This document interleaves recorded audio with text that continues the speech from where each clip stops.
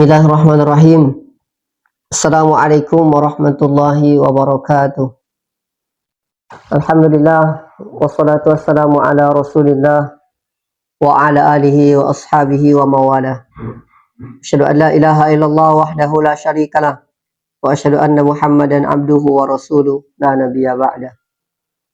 Allahumma salli ala sayyidina Muhammadin wa ala ali sayyidina Muhammad. Rabbi syrah li sadri wa yassir li amri wahlul 'uqdatam min lisani yafqahu qawli. Subhanaka la ilma lana illa ma 'allamtana innaka antal alimul hakim. Wala hawla wala quwwata illa billahil aliyyil azim.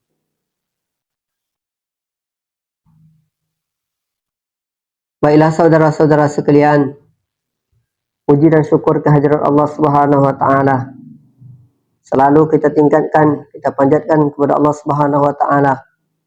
Mudah-mudahan kita senantiasa mendapatkan ridha Allah Subhanahu wa taala.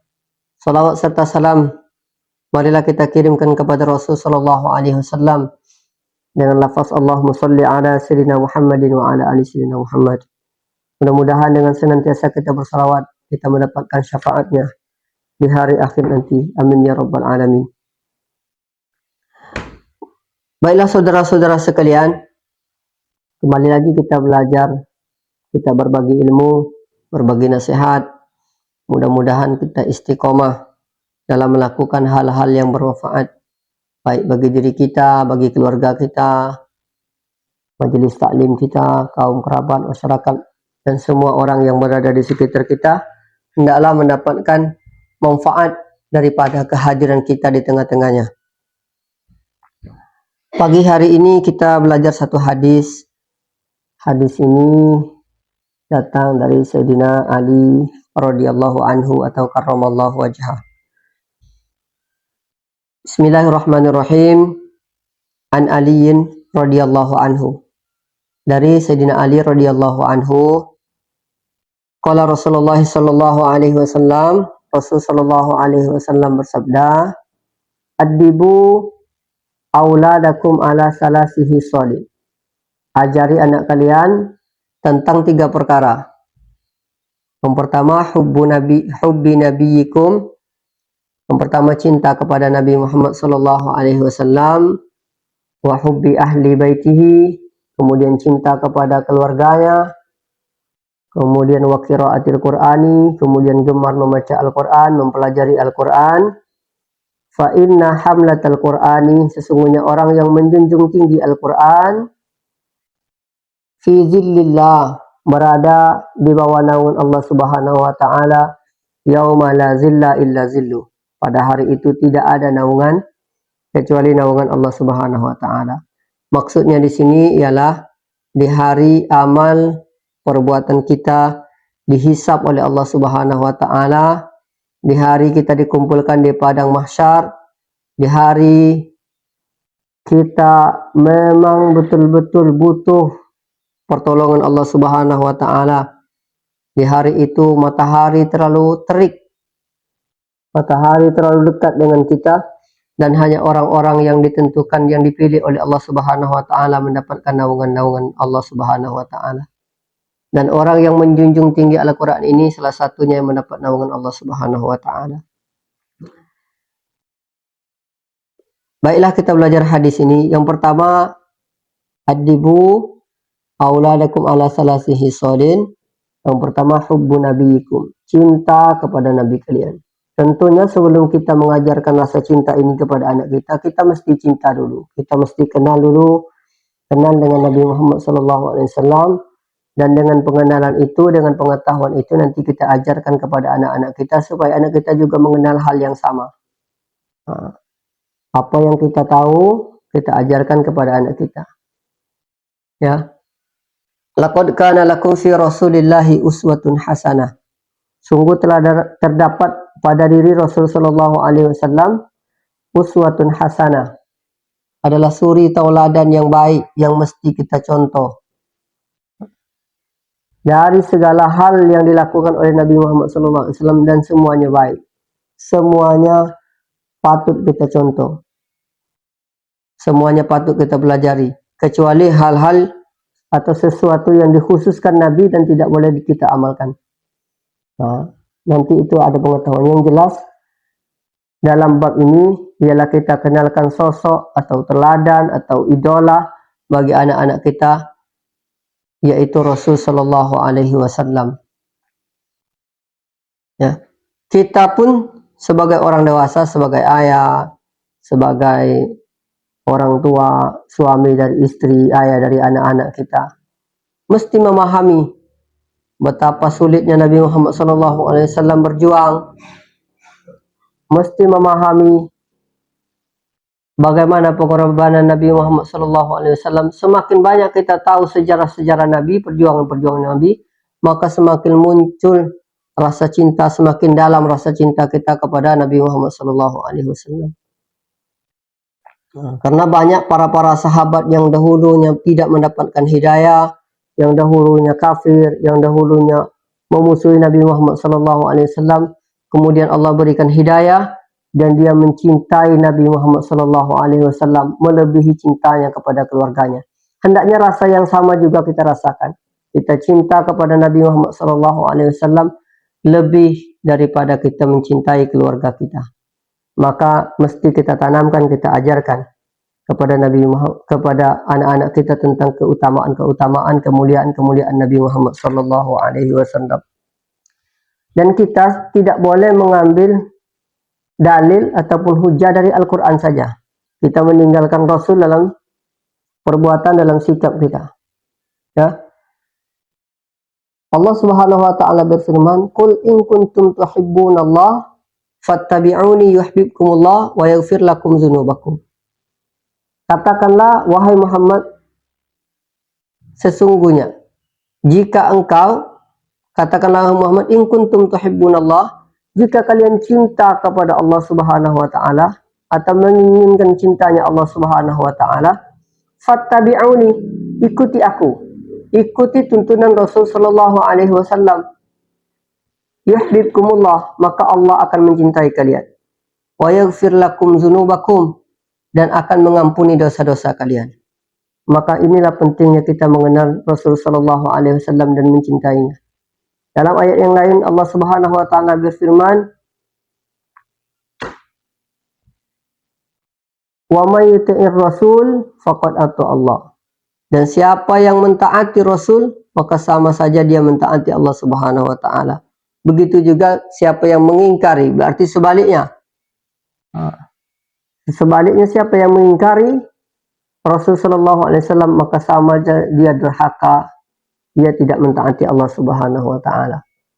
Maka kenali sosok Nabi Muhammad sallallahu alaihi wasallam, bagaimana kisah Nabi Muhammad sallallahu alaihi wasallam di masa kecilnya, bagaimana cerita Nabi Muhammad sallallahu alaihi wasallam di masa remajanya, dia mengikut pamannya mengembala kambing, berniaga dan seterusnya. Bagaimana ketika beranjak di usia dewasanya, dia mempersatukan kabilah-kabilah di saat peletakan Hajar Aswad. Bagaimana kisah Nabi Muhammad SAW dalam keluarganya, sebagai seorang imam, sebagai seorang pemimpin pemerintahan, sebagai seorang nabi. Maka ini mesti kita contoh. Sifat-sifatnya, sifat jujur Nabi Muhammad SAW, amanah, jujur, siddiq, amanah, tabligh, fatona, sifat jujur, sifat amanahnya, menyampaikan ayat-ayat Allah Subhanahu wa taala. Kemudian Nabi Muhammad seorang yang amanah, ceritakan semuanya. Ceritakan, kenalkan sifat-sifat Nabi yang wajib bagi Nabi, sifat-sifat yang mustahil bagi Nabi, sifat jaiz bagi Nabi. Kenalkan kepada anak kita supaya anak kita bisa mencintai Nabi Muhammad SAW. Yang kedua, wahubbi ahli baiti, cinta kepada ahlul bait, cinta kepada keluarga-keluarga Nabi Muhammad SAW. Kalau Nabi Muhammad sudah tidak ada lagi sekarang, maka ada keturunan-keturunan Nabi Muhammad SAW. Ada zuriat Nabi, ada para syahid, ada para sayyid, para habaib. Mereka tinggal bersama kita sekarang, maka muliakanlah. Kalau sekiranya kita tidak dapat duduk bersama Nabi, maka duduklah bersama keluarga-keluarga Nabi. Duduklah bersama keturunan-keturunan Nabi Muhammad SAW. insya Allah kita diakui oleh Nabi Muhammad SAW sebagai umatnya, karena kita menghargai, karena kita memuliakan keturunan Nabi Muhammad SAW. Tetapi rasa takzim itu rasa yang sangat mulia yang kita berikan kepada keturunan-keturunan Nabi Muhammad SAW tidak boleh menghalangi kita untuk berbuat amar ma'ruf nahi munkar. Keturunan Nabi Muhammad SAW mereka juga manusia biasa. Al-insan makanul khata' wa nisyan. Insan itu tempat salah dan tempat lupa. Begitulah sifatnya manusia, termasuk juga keturunan zuriat Nabi Muhammad SAW. Maka ketika kita menemui zuriat Nabi melakukan sebuah kehilapan, kesalahan, maka mesti kita bimbing, mesti kita tunjuk, mesti kita ajarkan, mesti kita beramar ma'ruf nahi munkar. Jangan rasa takzim itu menghindari kita, membuat kita tidak melakukan amar ma'ruf nahi munkar terhadap zuriat ataupun keturunan Nabi Muhammad SAW. Yang ketiga, wa qiraatul Quran. Ajarkan anak-anak kita membaca Al-Quran. Membaca Al-Quran ini penting, karena itulah hudal linnas. Al-Quran itu adalah petunjuk bagi manusia. Kalau kita tidak tahu membaca Al-Quran, tidak bisa membaca Al-Quran, maka sebuah kealpaan bagi kita, sebuah kebodohan bagi kita. Maka mesti kita belajar supaya hidup ini bisa kita jalani dengan baik. Taraktu fikum amrayni lan tadillu ma tamassaktum bihima. Al-Quran wa sunnati Rasulullah sallallahu alaihi wasallam. Jadi ada dua perkara yang ditinggalkan Nabi Muhammad SAW. Jika kita berpegang pada keduanya, maka kita tidak akan tersesat, yaitu Al-Quran dan sunnah Nabi Muhammad SAW. Maka oleh karena itu, ajari anak-anak kita membaca Al-Quran, ajari mereka memahami Al-Quran, mengamalkan Al-Quran dalam kesehariannya. Pernah sahabat Nabi Muhammad SAW datang menemui Siti Aisyah dan bertanya tentang akhlak Nabi Muhammad SAW.